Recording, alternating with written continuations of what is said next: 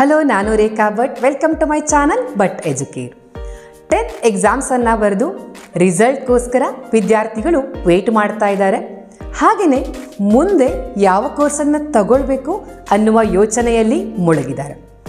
ಕೋರ್ಸನ್ನು ತಗೊಳ್ಬೇಕಿದ್ರೆ ಯಾವೆಲ್ಲ ಅಂಶಗಳನ್ನು ಗಮನದಲ್ಲಿ ಇಟ್ಕೊಳ್ಬೇಕು ಅನ್ನೋದನ್ನು ಇವತ್ತಿನ ವಿಡಿಯೋದಲ್ಲಿ ನಿಮಗೆ ತಿಳಿಸ್ಕೊಡ್ತಾ ಇದ್ದೀನಿ. ವಿಡಿಯೋನ ಕಂಪ್ಲೀಟ್ ಆಗಿ ನೋಡಿ. ಹೊಸದಾಗಿ ನಮ್ಮ ಚಾನಲ್ನ ನೋಡ್ತಾ ಇದ್ದರೆ ಸಬ್ಸ್ಕ್ರೈಬ್ ಮಾಡ್ಕೊಳ್ಳಿ. ಹಾಗೆಯೇ ಪಕ್ಕದಲ್ಲಿ ಕಾಣುವಂತಹ ಬೆಲ್ ಐಕಾನನ್ನು ಪ್ರೆಸ್ ಮಾಡೋದನ್ನು ಕೂಡ ಮರಿಬೇಡಿ. ಬೆಲ್ ಐಕಾನನ್ನು ಪ್ರೆಸ್ ಮಾಡಿದರೆ ನಮ್ಮ ಚಾನಲ್ನಲ್ಲಿ ಯಾವುದೇ ವಿಡಿಯೋಗಳನ್ನು ಅಪ್ಲೋಡ್ ಮಾಡಿದ ತಕ್ಷಣ ನಿಮಗೆ ನೋಟಿಫಿಕೇಷನ್ ಸಿಗುತ್ತೆ. ಬನ್ನಿ ಇವತ್ತಿನ ವಿಡಿಯೋನ ಸ್ಟಾರ್ಟ್ ಮಾಡೋಣ. 10th ಎಕ್ಸಾಮ್ಸನ್ನು ಬರೆದಿರೋ ವಿದ್ಯಾರ್ಥಿಗಳನ್ನು ಮುಂದೆ ಯಾವ ಕೋರ್ಸನ್ನು ತಗೊಳ್ತೀರಾ ಅಂತ ಕೇಳಿದರೆ ಕೆಲವರು ಹೇಳ್ತಾರೆ ರಿಸಲ್ಟ್ ಬರಲಿ ನೋಡೋಣ ಅಂತ. ಇನ್ನೂ ಕೆಲವರು ಹೇಳ್ತಾರೆ ನಮ್ಮ ಫ್ರೆಂಡ್ಸ್ ಯಾವ ಕೋರ್ಸನ್ನು ಸೆಲೆಕ್ಟ್ ಮಾಡ್ಕೊಳ್ತಾರೋ ನಾನು ಕೂಡ ಅದನ್ನೇ ತಗೊಳ್ತೀನಿ ಅಂತ. ಮತ್ತು ಕೆಲವರು ಹೇಳ್ತಾರೆ ನನ್ನ ಅಪ್ಪ ಅಮ್ಮ ಯಾವ ಕೋರ್ಸನ್ನು ಆಯ್ಕೆ ಮಾಡ್ಕೊಳ್ಳೋಕ್ಕೆ ಹೇಳ್ತಾರೋ ನಾನು ಅದನ್ನು ಆಯ್ಕೆ ಮಾಡ್ಕೊಳ್ತೀನಿ ಅಂತ.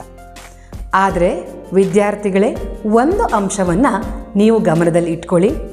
ನಿಮ್ಮ ರಿಸಲ್ಟ್ ಇರಬಹುದು, ಫ್ರೆಂಡ್ಸ್ ಇರಬಹುದು ಅಥವಾ ಪೇರೆಂಟ್ಸ್ ಇರಬಹುದು, ಇವೆಲ್ಲವೂ ಕೂಡ ನಿಮಗೆ ಸಪೋರ್ಟಾಗಿ ನಿಲ್ಲುತ್ತೆ ಹೊರತು ನಿಮ್ಮ ಭವಿಷ್ಯದ ನಿರ್ಧಾರವನ್ನು ಫೈನಲಿ ನೀವೇ ಮಾಡಬೇಕು. ಅದಕ್ಕೋಸ್ಕರ ನೀವು ನಿಮಗೆ ಇಷ್ಟವಾದಂತಹ ಕೋರ್ಸನ್ನು ಆಯ್ಕೆ ಮಾಡಿಕೊಳ್ಬೇಕು. ಕೋರ್ಸನ್ನು ಆಯ್ಕೆ ಮಾಡ್ಕೊಳ್ಳೋಕ್ಕಿಂತ ಮೊದಲು ನಾನು ಏನಾಗಬೇಕು ಅನ್ನೋದನ್ನು ನೀವು ಡಿಸೈಡ್ ಮಾಡಬೇಕು. ಗೋಲನ್ನು ಸೆಟ್ ಮಾಡಿಕೊಳ್ಬೇಕು. ನೋಡಿ, ಯಾವುದೇ ಒಂದು ಅಡುಗೆಯನ್ನು ತಯಾರಿಸುವಾಗ ನಾವು ಮೊದಲೇ ಯಾವ ಅಡುಗೆಯನ್ನು ತಯಾರಿಸ್ತೀವಿ ಅಂತ ರೆಡಿ ಮಾಡ್ಕೊಳ್ತೀವಿ, ಆಮೇಲೆ ಪ್ರಿಪೇರ್ ಮಾಡ್ತೀವಿ. ಅದನ್ನು ಬಿಟ್ಟು ಅಡುಗೆ ಅರ್ಧ ಆದ ಮೇಲೆ ಯಾವ ಅಡುಗೆಯನ್ನು ಪ್ರಿಪೇರ್ ಮಾಡ್ತೀವಿ ಅಂತ ಯೋಚನೆ ಮಾಡ್ತೀವ? ಇಲ್ಲ ತಾನೇ. ನಾವೇನು ಮಾಡ್ತೀವಿ, ಆ ಅಡುಗೆಯನ್ನು ಮಾಡೋಕ್ಕೆ ನಮ್ಮ ಹತ್ರ ಆ ಇಂಗ್ರೀಡಿಯೆಂಟ್ಸ್ ಇದೆಯಾ ಅನ್ನೋದನ್ನು ಚೆಕ್ ಮಾಡ್ತೀವಿ. ಹಾಗೆಯೇ ನೀವು ಇಟ್ಕೊಂಡಂತಹ ಗೋಲನ್ನು ರೀಚ್ ಆಗೋಕ್ಕೆ ನಿಮ್ಮಲ್ಲಿ ಸಾಮರ್ಥ್ಯ ಇದೆಯಾ ಅನ್ನೋದನ್ನು ನೀವು ಕಂಡುಕೊಳ್ಬೇಕು. ಕೆಲವರು ಏನು ಮಾಡ್ತಾರೆ ಅಂದರೆ ಮೊದಲು ಕೋರ್ಸನ್ನು ತಗೊಳ್ಳೋದು, ಆಮೇಲೆ PUC ಆದಮೇಲೆ ಏನು ಮಾಡೋದು ಅಂತ ನಿರ್ಧಾರವನ್ನು ಮಾಡ್ತಾರೆ. ಇದು ಖಂಡಿತವಾಗಿಯೂ ತಪ್ಪು. ಮೊದಲೇ ನಮ್ಮ ಗೋಲನ್ನು ನಾವು ಸೆಟ್ ಮಾಡಿಕೊಳ್ಳೇಬೇಕು. ಮೊದಲು ಒಂದು ಕಾಲ ಇತ್ತು, 80-85% ಬಂದರೆ ಸೈನ್ಸ್ ತಗೊಳ್ಳೋದು, 60-70% ಬಂದರೆ ಕಾಮರ್ಸನ್ನು ತಗೊಳ್ಳೋದು, 50-60% ಬಂದರೆ ಆರ್ಟ್ಸ್ ಅಂತ ಫಿಕ್ಸ್. ಆದರೆ ಈಗ ಕಾಲ ಬದಲಾಗಿದೆ. ನಿಮ್ಮ ಆಯ್ಕೆಗೆ ಸ್ವತಂತ್ರವಾದಂತಹ ಅವಕಾಶ ಇದೆ. ಅದಕ್ಕೆ ಭಾಳಷ್ಟು ಎಕ್ಸಾಂಪಲ್ಸ್ ನಮಗೆ ಸಿಗುತ್ತೆ. ಅದರಲ್ಲಿ 2 ಎಕ್ಸಾಂಪಲನ್ನು ನಿಮ್ಮ ಮುಂದೆ ಪ್ರಸ್ತುತಪಡಿಸ್ತಾ ಇದ್ದೀನಿ. ಬನ್ನಿ ಅವರೇನು ಹೇಳ್ತಾರೆ ಅನ್ನೋದನ್ನು ನೋಡ್ಕೊಂಡು ಬರೋಣ. Hello everyone, my name is Nidhi. I completed my 10th standard from CBSE board and I scored 94%.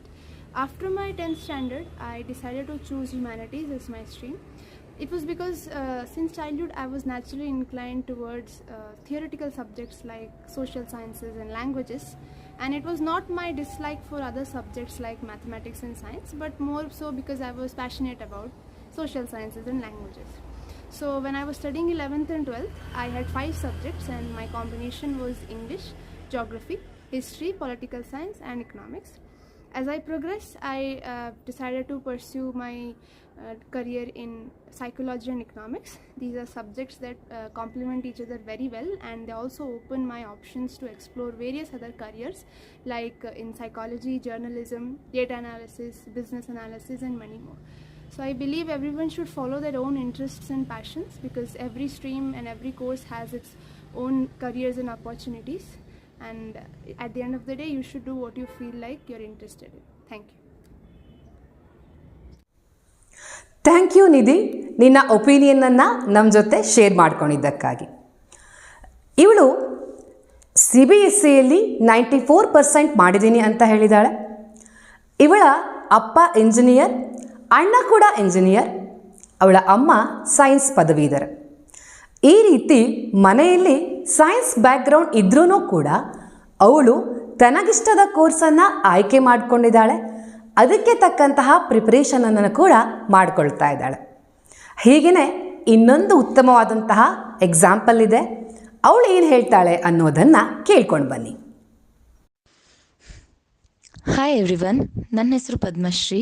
ನಾನು SLCಲಿ 98% ಬಂದ್ರೂ ಕಾಮರ್ಸ್ನ ಚೂಸ್ ಮಾಡಿದೆ. ತುಂಬ ಜನ ಸೈನ್ಸ್ ತಗೋ ಅಂತ ಅಡ್ವೈಸ್ ಮಾಡಿದರು, ಬಟ್ ನನ್ನ ಇಂಟ್ರೆಸ್ಟ್ ಇದ್ದಿದ್ದು ಕಾಮರ್ಸ್ ಫೀಲ್ಡಲ್ಲಿ ಆಗಿದ್ದರಿಂದ ನಾನು ಕಾಮರ್ಸ್ನೇ ಚೂಸ್ ಮಾಡಿದೆ. ನಾನು CS ಮಾಡಬೇಕಂತ ಇದ್ದೀನಿ.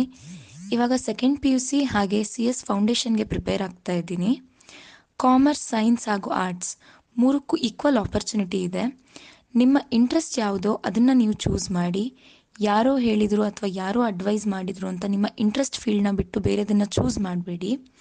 ನಿಮ್ಮ ಇಂಟ್ರೆಸ್ಟ್ ಫೀಲ್ಡ್ನ ಚೂಸ್ ಮಾಡಿ ನಿಮ್ಮ ಗೋಲ್ನ ಅಚೀವ್ ಮಾಡಿ ಅಂತ ಹೇಳಕ್ಕೆ ಇಷ್ಟಪಡ್ತೀನಿ. ಥ್ಯಾಂಕ್ ಯು ಪದ್ಮಶ್ರೀ, ನಿನ್ನ ಒಪಿನಿಯನನ್ನು ನಮ್ಮ ಜೊತೆ ಹಂಚ್ಕೊಂಡಿದ್ದಕ್ಕಾಗಿ. ಇವಳು ಸ್ಟೇಟ್ ಬೋರ್ಡಲ್ಲಿ 98% ಮಾಡಿರೋದ್ರಿಂದ ಕೆಲವರು ಅವಳಿಗೆ ಸೈನ್ಸನ್ನು ತಗೋವಂಥ ಅಡ್ವೈಸ್ ಮಾಡಿದ್ದಾರೆ ಅಂತ ಹೇಳಿದ್ಲು. ಆದ್ರೂ ಕೂಡ ಅವಳು ತನಗಿಷ್ಟದ ಕೋರ್ಸನ್ನೇ ಆಯ್ಕೆ ಮಾಡಿದ್ದಾಳೆ. ಈ ಎರಡೂ ಎಕ್ಸಾಂಪಲ್ಗಳಲ್ಲೂ ಮಕ್ಕಳ ಪ್ರಬುದ್ಧತೆಯನ್ನು ನೋಡಿದರೆ ತುಂಬಾ ಖುಷಿ ಅನಿಸುತ್ತೆ. ಮಕ್ಕಳು ತಮ್ಮ ಸ್ವಂತವಾದಂತಹ ನಿರ್ಧಾರವನ್ನು ತಗೊಂಡು ತಮ್ಮ ಗೋಲನ್ನು ಸೆಟ್ ಮಾಡಿಕೊಂಡು ಅದಕ್ಕೆ ತಕ್ಕಂತಹ ಪ್ರಿಪರೇಷನ್ಗಳನ್ನು ಮಾಡ್ಕೊಳ್ತಾ ಇದ್ದಾರೆ. ಹಾಗೆಯೇ ಇವರ ತಂದೆ ತಾಯಿಗಳಿಗೂ ಕೂಡ ಒಂದು ಮೆಚ್ಚುಗೆಯನ್ನು ವ್ಯಕ್ತಪಡಿಸಲೇಬೇಕು. ಯಾಕೆ ಅಂದರೆ ಮಕ್ಕಳಿಗೆ ಮಾನಸಿಕವಾಗಿ ಹಾಗೆಯೇ ಫೈನಾನ್ಷಿಯಲಿ ಪ್ರತಿ ಹಂತದಲ್ಲೂ ಕೂಡ ಇವರನ್ನು ಸಪೋರ್ಟ್ ಮಾಡ್ತಾ ಇದ್ದಾರೆ. ಕೆಲವು ಸಂದರ್ಭದಲ್ಲಿ ಮಕ್ಕಳಿಗೆ ಆಸೆ ಇದ್ರೂ ಕೂಡ ಆರ್ಥಿಕವಾದಂತಹ ಸಪೋರ್ಟ್ ಇಲ್ಲದೇ ಇರುವಾಗ ಅವರು ಬೇಗ ದುಡಿದು ತಮಗೆ ಇಷ್ಟ ಇರಲಿ ಬಿಡಲಿ ತಮ್ಮ ಫ್ಯಾಮಿಲಿಗೆ ಸಪೋರ್ಟಾಗಿ ನಿಲ್ಲುವಂತಹ ಅನಿವಾರ್ಯತೆ ಇರುತ್ತೆ. ಅಂಥ ಸಂದರ್ಭದಲ್ಲಿ ಇಷ್ಟದ ಬಗ್ಗೆ ಯೋಚಿಸೋದು ಸ್ವಲ್ಪನೇ ಕಷ್ಟ.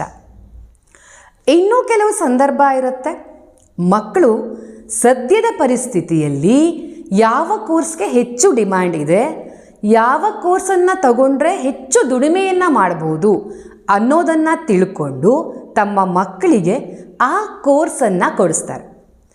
ಆದರೆ ಇಷ್ಟ ಇಲ್ಲ ಅಂತಾದಾಗ ಉದ್ಯೋಗ ಮಾಡುವಂತಹ ಸಂದರ್ಭ ಬಂದಾಗ ಕಷ್ಟಪಟ್ಟು ಉದ್ಯೋಗ ಮಾಡಬೇಕಾಗತ್ತೆ. ಕ್ರಿಯೇಟಿವ್ ಆಗಿ ಯೋಚಿಸೋಕ್ಕೂ ಕೂಡ ಆಗೋದಿಲ್ಲ.